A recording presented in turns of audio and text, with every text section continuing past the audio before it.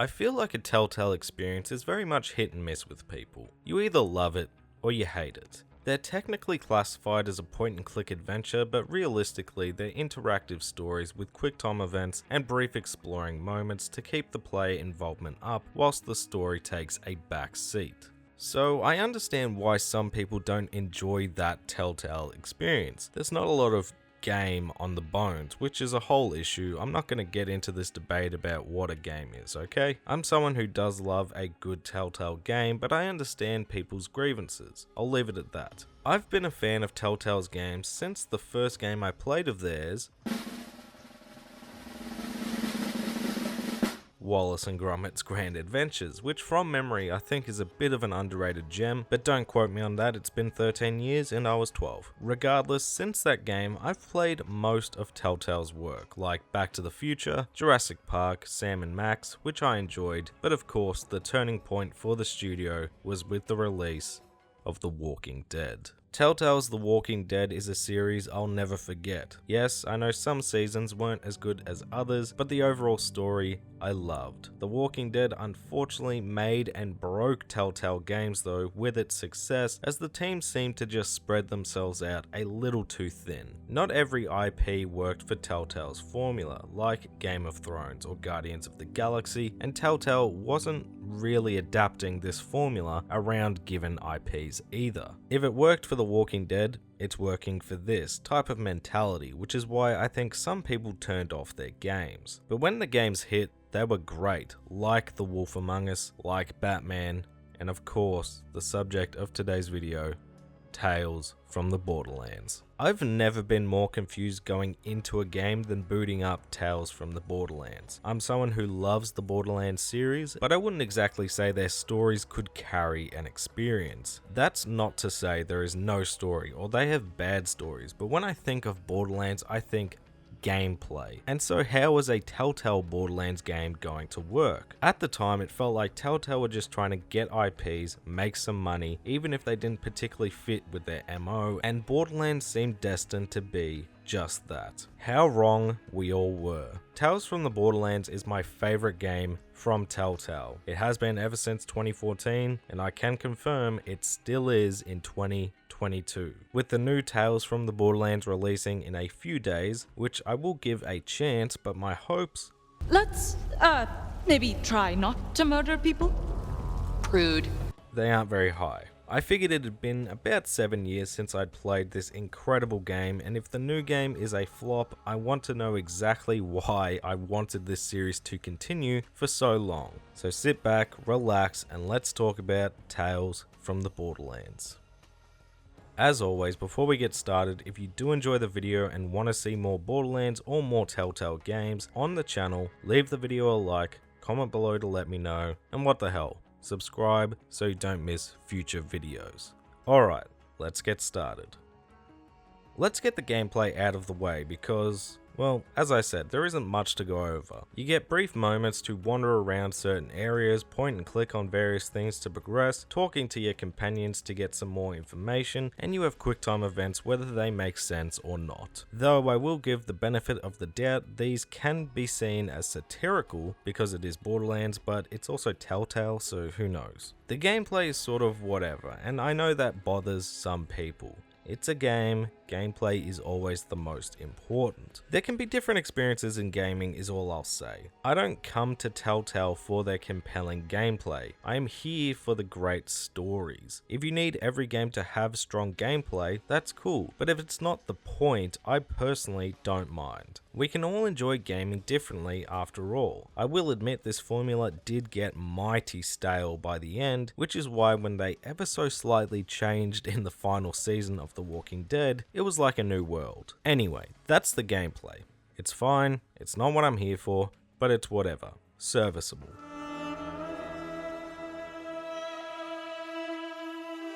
What I am here for is this incredible story. Now, there's a lot to talk about as to why I love the story, why I think it fits Borderlands so well, and why I think it succeeds overall. This is a 10 to 12 hour experience that about 90% of the time is revolving around the story, so forgive me if I hop around topics and thoughts. First and foremost, possibly Tales' biggest success is that it feels right at home in the Borderlands series. Not only does the visual art style between Telltale and Gearbox pair together so seamlessly, but the writing, the characters, the world, the way the gags and comedy is presented through the scene's direction all feel like I'm right at home in the Borderlands universe whilst focusing on a mostly different aspect. I say mostly because yes, the general plot or background objective is still about pursuing a vault, but it's not from our usual cast of vault hunters, nor are they particularly gun proficient.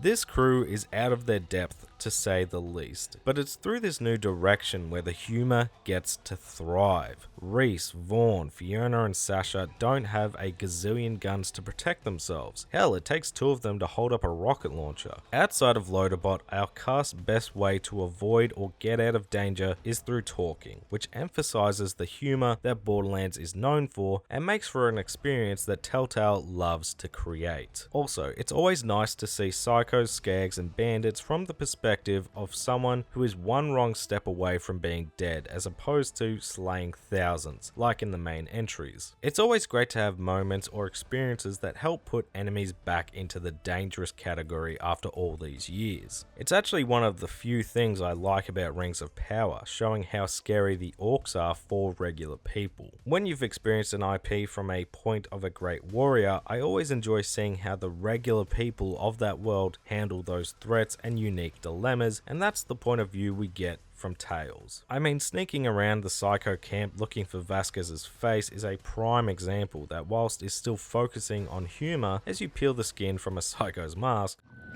Are you kidding me right now? Oh, pinch it off. Just pinch it off. Seriously? Oh, please don't do it. Please don't do this to me. It shows that these guys are indeed psychotic and should be terrifying for regular people. Reese and Vaughn are Hyperion employees on the up, only coming to Pandora after intercepting a call about a vault key after being screwed out of a promotion from Kronk. But bad things can happen when you swim against fate. Sometimes men find themselves standing in the way of other men's destiny. You don't want to be that man.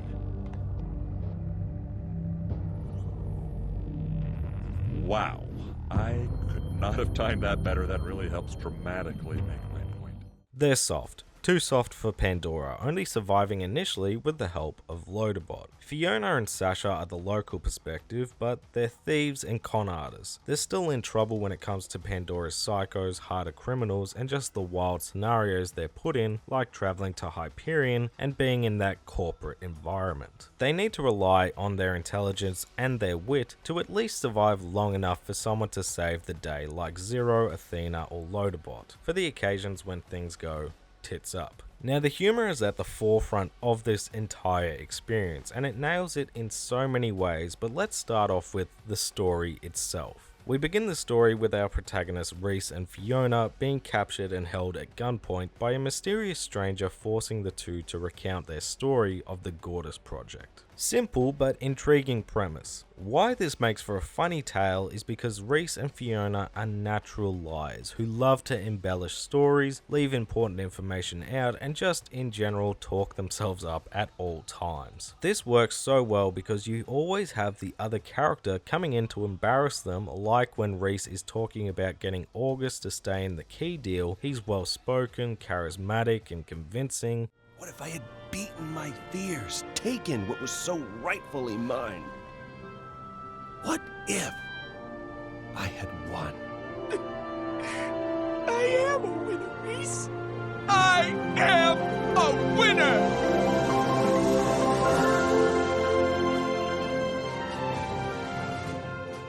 But in reality, he just panics, crumbles to his knees, and begs. Or when Fiona talks about how the two joined forces very cordially.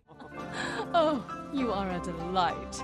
But on to business. I propose that we form an alliance for the return of the funds. but in reality she's trying to throw Reese out of the caravan. These moments are constant throughout Tales, and they're always something I genuinely looked forward to. You can always tell when the story is trailing off into fantasy, and the game does a great job at bringing it back to reality in a fun way. The humor doesn't work though if you don't connect with or spending time with these characters, which is another strength of Tales. Whilst this cast of characters may not all be saints, through the writing, the voices, and the direction of these characters, they are endearing. Again, they're regular people in this universe. They're not badass warriors, they aren't particularly well equipped to face these events, but they're stumbling through somewhat successfully, and that is genuinely a likable angle. They all have their quirks, oddities, and just feel so human on top of their star-studded cast here with the likes of Troy Baker, Laura Bailey, Patrick Warburton, Ashley Johnson, Phil Lamar, Nolan North, to name just the big ones. Everyone nails their roles. Even Patrick as Vasquez, who is such a glorious douchebag, is someone who can still get his own chuckles, which isn't easy with that character archetype. What is so great about these characters though for the Borderlands universe is Tales doesn't rely on franchise favorites. Yes, we get to see the likes of Zero, Athena, Mordecai, Brick, Scooter, and depending on your choices,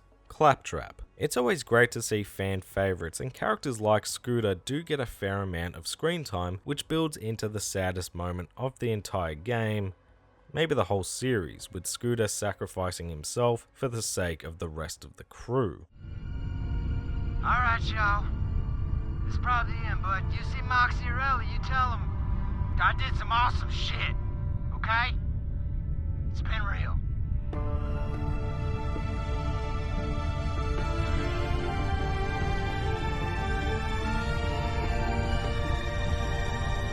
Catch a ride! I'll talk more emotional and serious story later on though. Back to my original point, yes, there are fan favorites who make their appearance here in Tales, but it never feels like it needs it. All of these characters, whether it be Reese and Fiona all the way to Gortys and Loaderbot, feel like they belong in this world, have their own story going on, and you feel connected to everyone in this crew, which for a spin-off set in a series with quality characters already is impressive. Everyone has their own arcs going on, their own personal growth or demise depending on your choices, and it's these stories, how they all pair together, and how when the game wants to be funny, it is, but also when the game wants you to feel downtrodden or sad, it can. I'm going to come back to the humor because it is prevalent throughout, but I want to touch on Reese's arc in particular because it's his growth or demise depending on your decisions that are really challenging and possibly the most well done of any Telltale game. Telltale gets a lot of grief for the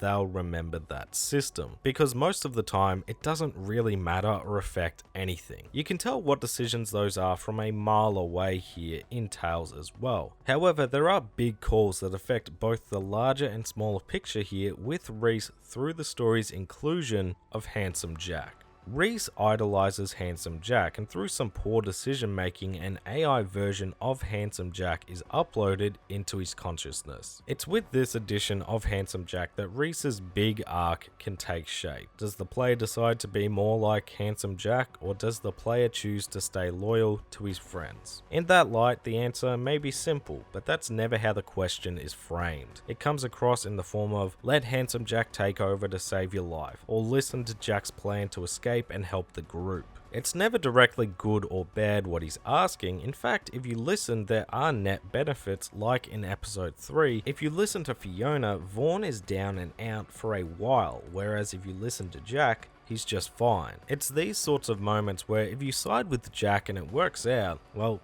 why not start to trust him more and more? As a fan of the series, I didn't let Jack in even in the slightest, but it's genuinely difficult. I'm not saying Jack's a nice guy, in fact, he's an asshole, but he does have those moments where he'll just let his shield down or just talk some lighthearted smack with Reese that does put that question into your head, maybe he's not so bad? Obviously, by the end we learn he wants to take over our body and kill us in the process, so bad guy. still. But the build up to that moment provides great consequences for your actions and great thought behind your answers that is needed in such a short window. Handsome Jack also steals one of my favorite moments when Hyperion plummets into Pandora, leaving him stuck in the crash, and just when he's opening up, he re-uploads into Reese, forcing Reese to take out his augments just to finally be rid of Jack as he begs and pleads to not go back to the nothingness.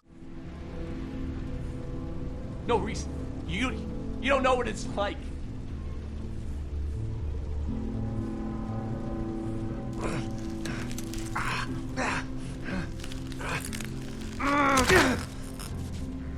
Please. Hey! Hey! I'm on my knees here! Please don't tell me back there! It's not like they say.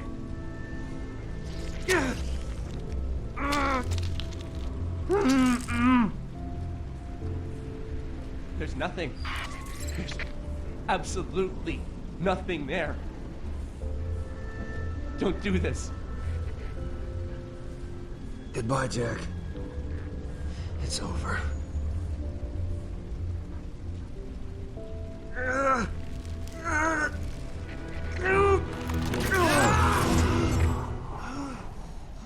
Jack has some really powerful moments, but it's his relationship with Reese that, with my choices at least, allows Reese to have this great arc from unco, out of his depth, but kind-hearted guy to a man who's met and been tormented by his hero. He's lost, he's alone on Pandora, to pick himself back up and not only survive, but thrive. I could dive into any of these characters, and whilst I think Reese grows and affects the most, they all have their time in the sun. I don't think Fiona needed to become a vault hunter in this sort of story, and technically she doesn't have to, but staying as a con woman isn't very satisfying after this journey. But since Reese's character growth can be so large, I understand wanting Fiona to have her own goal and growth on that same sort of level. The character who is possibly the most impactful outside of our protagonist though, and also might just be the most lovable character in this game, is Loaderbot. It ends up being revealed that the mystery man who has forced Reese and Fiona to share their story was Loaderbot. Loaderbot and Gortys have the most adorable relationship, and it's clear Loaderbot cares for the entire group. So when he sacrifices himself, it is hard to watch. What was hard for him to watch was his friends killing Gortys. Without the full story, Gortys was betrayed by his friends, and this was a really great twist. It was all to try and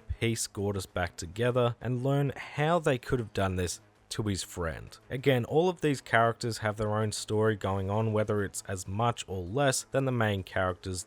Doesn't matter. They all feel important and greatly fleshed out. But back to the comedy, the humor gets to flourish with these characters. Tales is a seriously funny game that had me chuckling to belly laughing throughout. Whether it be the episode introductions that are beautifully put together with perfect musical choices, but the general context of these moments is just funny. Whether it be flying out of the caravan to a cheesy spacewalk with a loving gaze turned into anger and embarrassment.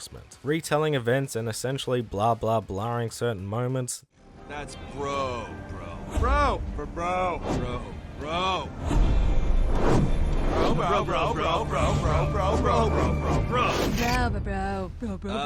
We don't talk like that. The absurdity of the finger gun battle on Hyperion that feels pointless in the moment until you realize it's in between two of the more serious moments and adds a good chuckle before it all goes sideways. There are so many great jokes and gags in this game, it's hard to remember them all. Some are just great visual gags that are blink and you'll miss it. Moments like Reese thinking he and Sasha are about to fall to their deaths and his heartfelt speech. No! There's no need to sacrifice yourself, Sasha! You have to trust me! Now get us out of this! It's okay, Sasha! Reese. Sasha! No! Wow, we are really close to the ground, aren't we? To small things like being pinned down by a rocket launcher or the Power Rangers gag. It's all so well written and well performed that even if you can see it coming, it still manages to land. Sometimes the comedy does get in the way a tiny bit, but not often. I will say a lot of the deaths don't pack the punch that they probably should, because other than Scooter, most people who die, even Sasha, who has such a great send-off and gets the knots in the throat going, she gets revived with a joke, so not always needed, but overall, the seriousness and the comedy balance each other out really well. The direction of these scenes adds so much to the comedy as well, at times making the jokes work in the first place. If I had to nitpick or complain, I would say that with the game's episodic form, and this is a Telltale issue, not just a Tales problem, but with the game taking an episodic nature, there can be some fluff to these games. It's not a lot here, but when you've been waiting months for a new episode, you can't have it be an hour long, you know? It needs some meat, and in Tales' case, that is filled with some humor or random-esque moments meant for a laugh. That really does feel like a nitpick though, because outside of that, and again, the gameplay being whatever, I couldn't have enjoyed this game anymore. I don't think I've ever enjoyed revisiting a game more than I did Tales from the Borderlands. I know Telltale Games aren't for everyone, and neither is Borderlands for its style of humor, but this was the perfect game for me. The characters are fantastic, the world feels right at home, the story is simple in concept but perfectly executed, the emotions hit when needed, the comedy lands, the voice performances are amazing, the soundtrack is an absolute banger, the direction, the visuals, the writing, it all makes for an experience I cannot recommend highly enough. It's still my favorite game from Telltale, it's still one of my favorite gaming experiences, and I just hope, if nothing else with new Tales from the Borderlands, good or bad, I hope it entices more people to pick up and try the first game. It deserves your time, I promise you that.